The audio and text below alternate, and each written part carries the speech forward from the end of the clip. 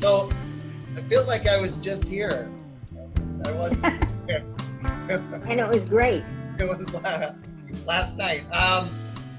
So today's frittata. So it's sort of traditionally maybe a breakfast item. I don't, honestly know if I've ever even seen it served somewhere in Hawaii. It's basically like a crustless quiche. It's like an omelet. It's anytime you take eggs and you put your favorite vegetables or meats or items like that inside. Usually it also has cheese and herbs and spices or whatnot, but it can be done on the stove or it can be done in the oven. And they hold up really, really well. I think I ate my first frittata, very popular in Spain, and I went to college in southern France in the Basque Country. So if you go into the tapas bars, that's TAPAS, not topless bars. The tapas bars would always have like an assortment of different tapas on the counters, and this is among them. So they'd have olives in them, they'd have cured hams, different things like that. This particular one is vegetable based. I'm not putting any meat in it. We ate all the chicken from last night, but I saved one for Stacy. I don't know if she's watching, but I'll deliver it to her later. And then the roasted vegetables that we had from last night as well. Potato is one of the main ingredients that we add, and from the business side of things, the great value in that is that the cost of potatoes is usually very low. So you can add your carbohydrate, increase the volume of your product, and do so at a pretty limited cost. I'll show you when we slice it later. It can be picked up and eaten like a piece of pie by hand, or it can be served with a salad or whatnot. So the ingredients are super simple. The technique's very, very simple. I hope you guys can see all of this. I'm on my tippy toes here, so I can look over and see, but very simple, primarily eggs. And what I have in the recipe that I gave you guys calls for a dozen eggs, and that sounds like a lot, but really you can get 8 servings out of this. Depending on how you cut it, you might even get more, but if you're serving 8 or 6, it's 2 eggs at most per serving. The rest is the vegetables and the potatoes and the cheese. So I've got a dozen eggs here. I've got equivalent of about 2 cups of the roasted vegetable. I just took what I had left, so it doesn't ever have to be exact. It's sort of up to you. And then I had, in this case, 2 of the new potatoes. So this is a white Yukon Gold. You can get these at the supermarket. If you work with potatoes, which is maybe not as popular in Hawaii as it is in other places. I'm from Idaho, so stereotypically we're like all about potatoes, but it's not really true. We still eat a lot of rice and whatnot. But there's 2 major types of potatoes. So probably aside from the frittata, the one thing you want to take away from today is understanding the difference between the 2 types of potatoes. So you have your what's called mealy potatoes, and that's like a baked potato. If you ever gone to a restaurant, been served a baked potato, a lot of times it's split on the top, it's squeezed on the ends, and then it opens up. It's all fluffy inside. Makes a great mashed potato. It's great for baking potato. So the mealy potatoes, they kind of fall apart when you cook them. The new potatoes, or sometimes called the waxy potato, which is your small red ones, most of your fingerlings, your Yukon Golds, these stay together. They have a higher sugar content, a different structure. So once they're cooked, this is cooked all the way, it doesn't fall apart.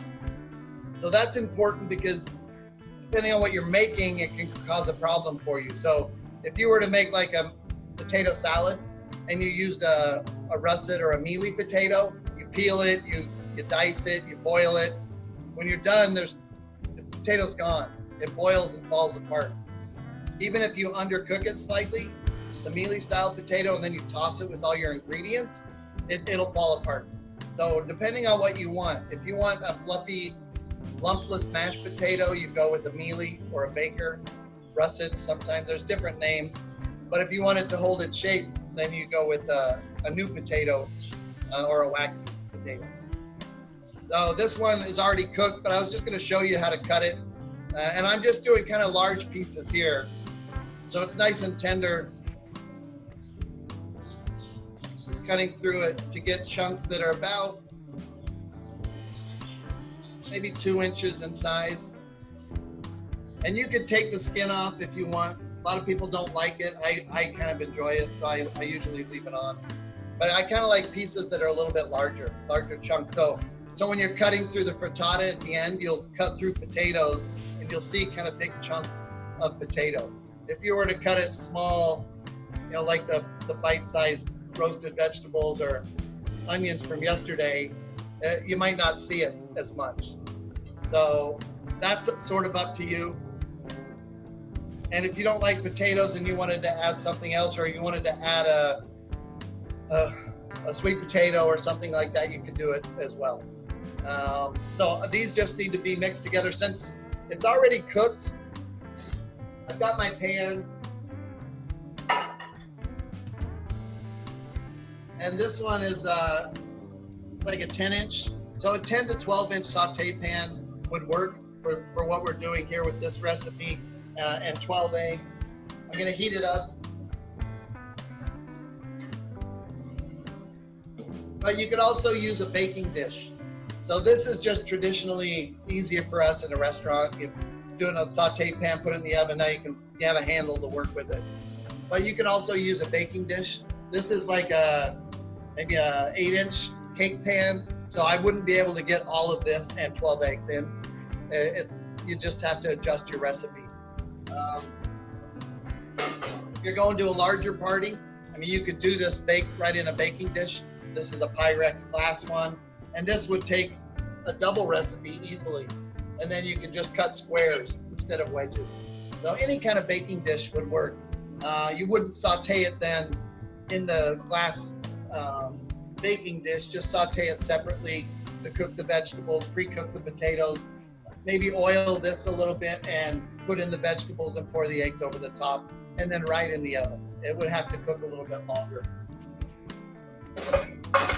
But those work great. If you're doing this type of recipe for a banquet in a hotel, we'll always do large sheet pans, and you can get 30 servings out of a sheet pan instead of the 8.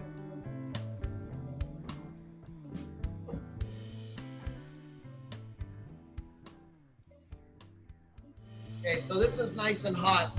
And because these are already cooked, I don't need to spend quite as much time heating them up. I just dump them in. I don't know if you can hear it sizzle a little bit. But I wanted to point out, if you look at this pan, a little bit of salt and pepper in there.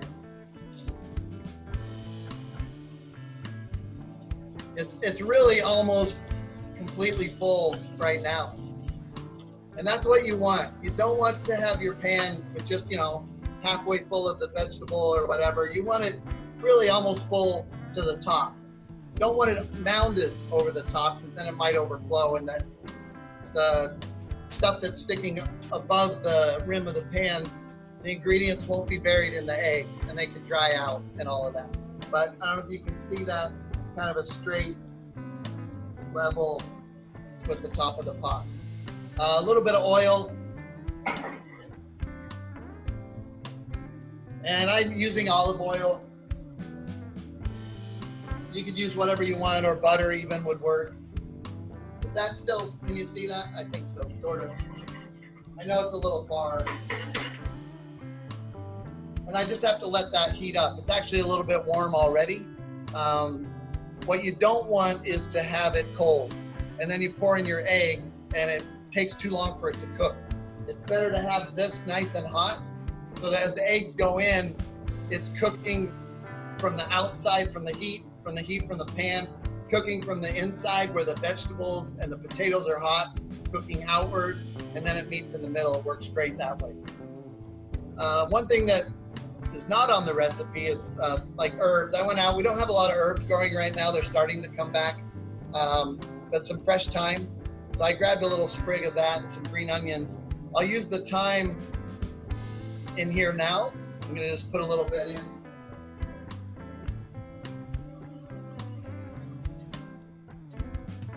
So again, get creative. You can mix up any kind of herb or spices or garlic, salt, or whatever. It's up to you what the flavors are. You can even probably make this more Hawaiian style if you use sesame oil, maybe some chicken, and more neutral vegetables, and stay away from the Italian herbs or things like that. You can get that flavor, and then you can put a dash of soy sauce in with your eggs, and you can sort of change the entire flavor profile of the dish. So it's sort of like a blank slate. You can do anything you want. Very, very simple. So I'm going to just stir this.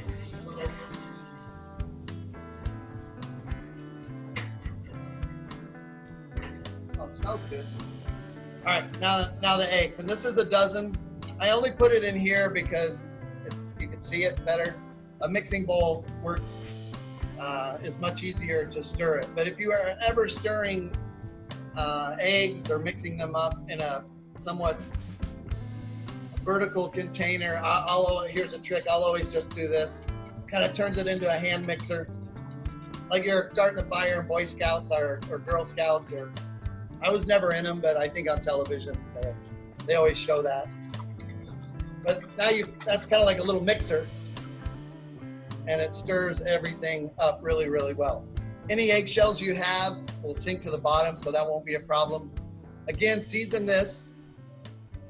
You always want to season almost like each step when you're preparing items like this. And then some cheese. I'll usually put in half the cheese. If you don't want to use cheese, you can get away from it too, but you'll see in the finished one, the caramelization on the top. To me, that's like one of the best parts, is that kind of crispy, burnt, sharp cheddar. That's what I have here. This is sharp cheddar. You can use whatever your favorite cheese is. If you like the stringy mozzarella, like they use on pizza, you can get that cheese. Pepper jack. You could even lay slices on top. This is shredded, and I'm going to put in some in with the egg.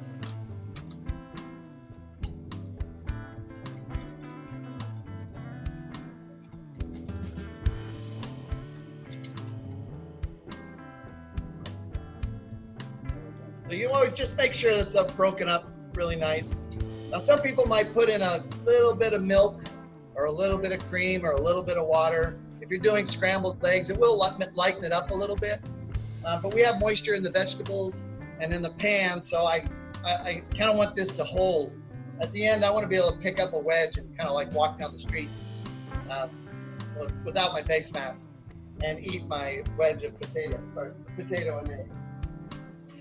Chef, Bonnie is asking, where can she get a whisk like yours? If you go and look up restaurant supplies, they're almost all on Sand Island. There's like 2 or 3 down there. Bar Green is one. Be careful though, leave your credit card at home when you go in, because you'll be like, oh, I want this and this and this. But they'll have all your commercial spatulas, like this. It does help to have a real handle on a whisk instead of the teeny little thing. Like a spatula like this will go to 450 degrees. It might cost you $10 or $12, but it's not going to melt. And you get the cheap ones and you go to stir something like this, and then you have rubber in your pan. No good. This is a Rubbermaid one. They'll sell those there. They work great. So you can find that. And this is ready to go, but I'm gonna add it up here so hopefully you guys can see.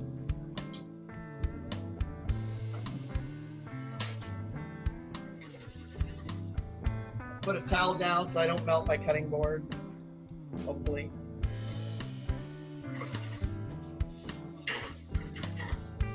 And this one will be a little bit different because it's got that, charred vegetable in there. Smells really good. I've already seasoned it. Remember, I seasoned the vegetable before I roasted them. In this case, I seasoned them when I sauteed them. Got a little bit of oil in there. So these are already seasoned. I just seasoned the eggs with salt and pepper and cheese. And you can, again, put whatever you want. Throw furikake in there or something.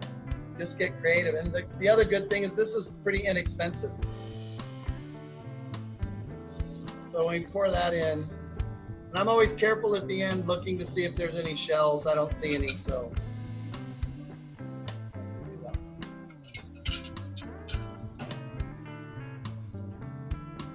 And then normally, this is it used to be a non-stick pan, but they never seem to last in the kitchen.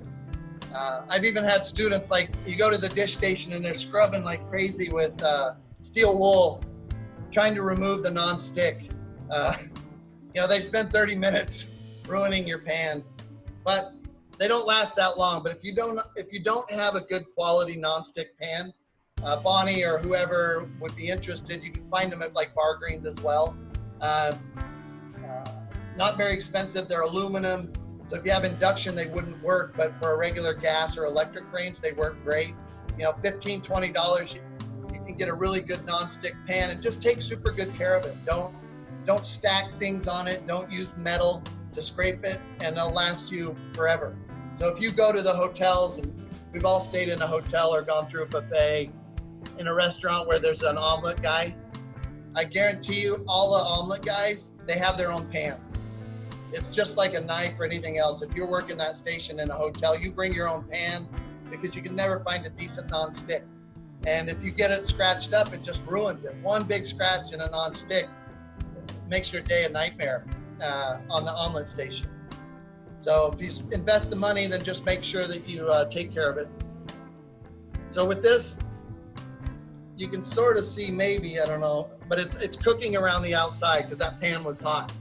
So I'll usually give it a couple stirs, and it comes off the edge. So it's almost like a scramble at this point, right? We just want to make sure that eggs flows in between all these vegetables.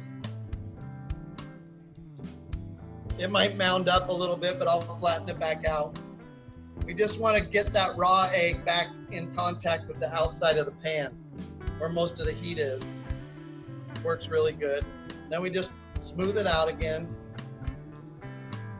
And it's okay to have it, like the Ko'olau here. Maybe we could call it the Ko'olau Frittata or something. We sculpt it right. And then one little shake. And then I just take the rest of my cheese and cover the top. And this is where, like, if you had sliced cheese, you could put it on. If you're using the sliced American style, it doesn't really caramelize. It kind of blisters. It's strange, but experiment. There's no wrong way to do it. Little Parmesan would be great. I'm going to use all of this. You can never have too much cheese. Sprinkle it around.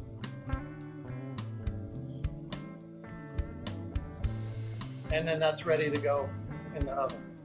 Do be careful, your handle will be hot. If you have a pan that has like a rubber handle, most of them are heat resistant. Like if you buy one of the non-stick egg pans, or saute pans at Bar Greens, they'll usually have a blue rubber handle. Perfectly good up to 450, 500 degrees, not a problem. But if you buy an inexpensive pan, and it has rubber on it, or plastic, you have to be careful, because I'm not sure what the melting point is for those. We're just doing this at 375, so it shouldn't be much of a problem.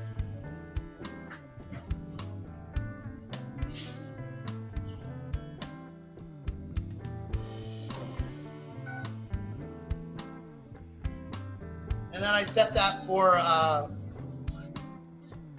right now I have it at 18 minutes because I made one earlier and that worked out perfect. And here's the one from earlier. You can kind of see, this was a non-stick pan. It was in good shape. Someone gave it to me for Christmas. I brought it in. People are always giving you random cookware for Christmas that you don't need, so you bring it to work. So keep that in mind. I don't need any pans, you guys. Come Christmas. Whiskey, Scotch whiskey is what I prefer. But you'll see, I could kind of shake this, and it's spinning. I can see it's not gonna stick.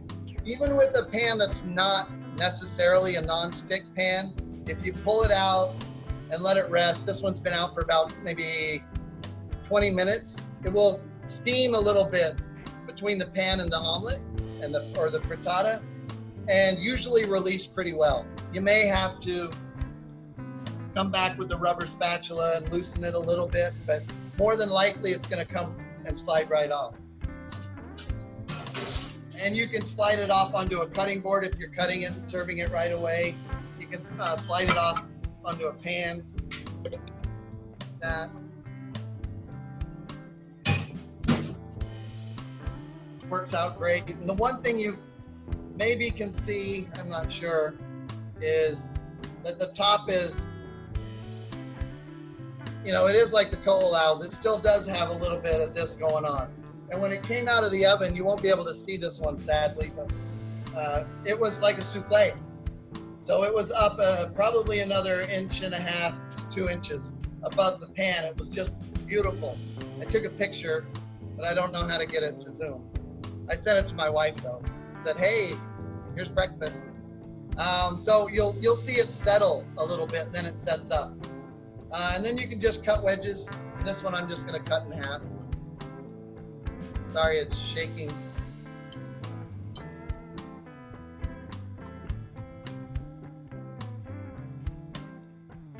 I'll just take a wedge out.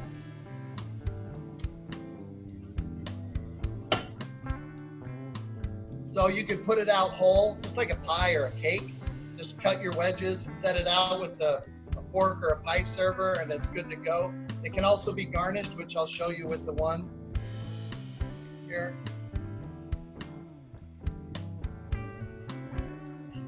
So like I said, it's really kind of a basic crustless quiche, and much easier than a quiche. And maybe you can see inside the different vegetables kind of showing up in there, the ones from last night. And that's what you want. Like I said earlier, you don't want just a little bit of veg in your pan and then it sinks to the bottom and then it's all egg on top. Although I guess that would still be good. You generally want to try to get the vegetables, potatoes, and everything throughout. So this is really nice and hearty. And I'll normally like to, I like to garnish it with a little sour cream.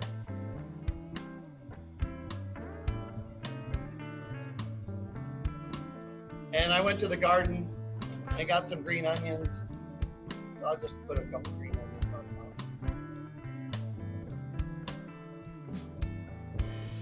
But another thing that would be great with this is a little bit of sliced tomato, a little bit of salsa. I mean, it's kind of limitless. Potatoes and eggs are just so neutral. They work great for so many different things. If this were a lunch item, I'd do a light tossed green salad on the side, and it makes a great lunch. And then this, I think I put on the recipe, well, the health department would tell you 4 hours, but if you make one of these at home, depending on how many folks are there, slice it, put it on the counter, it'll be gone by 1 o'clock. You know, it's just such a great, simple snack. You walk by, grab one, and it's good to go. You can also put it in the fridge, just cover it, put it in the fridge, and it can be microwaved to heat up. It works really, really well. So I think that's it. I don't know if you guys have any questions. Do you guys have any questions for Chef? I don't see any in the comments, so you guys can unmute yourself and ask if you have. So if you, is anybody on campus today?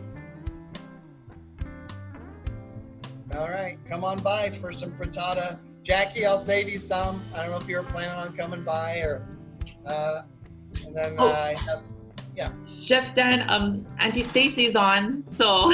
Yeah, Stacy, I got your dish from last night. Actually, Dan, I'm here on campus.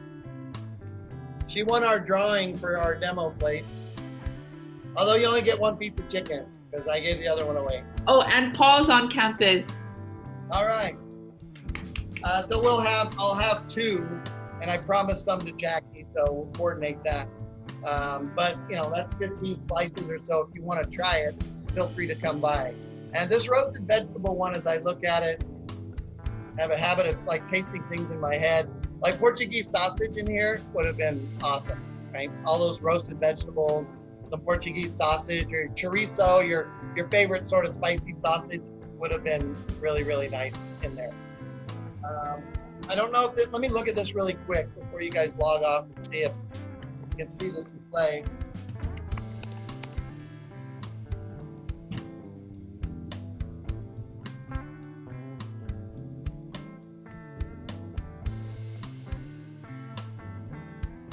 A little bit. It's kind of hard to tell right now, but it's starting to rise up on the outside, and it'll come up a couple inches. So nice and hearty. You know, you got a few pounds of stuff here.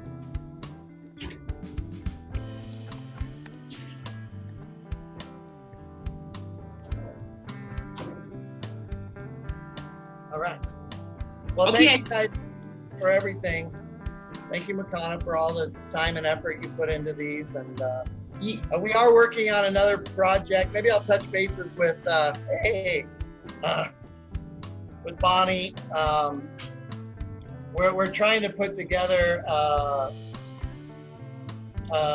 some demos outside, and we want to incorporate the use of a drone so that we can like Oh my highlight God. through campus at the same time. So we want to be able, if I'm outside doing a demo and I'm like, oh, we're going to use fresh thyme from the garden, then the drone can like fly down to the garden, the nursing garden, the lower campus. Someone will be down there to like talk and be mic'd up and talk about thyme for a second, pretend like they're handing it to the drone, and then it'll fly back up. And then we just want to play around because we have a lot of time on our hands. No, I'm just kidding. Trying to make something fun and unique and special to, bring a little bit more press, hopefully, to the Windward side. I'm coming over with my plate. All right, come on over. All right, have a great morning. Happy Aloha Friday, everybody.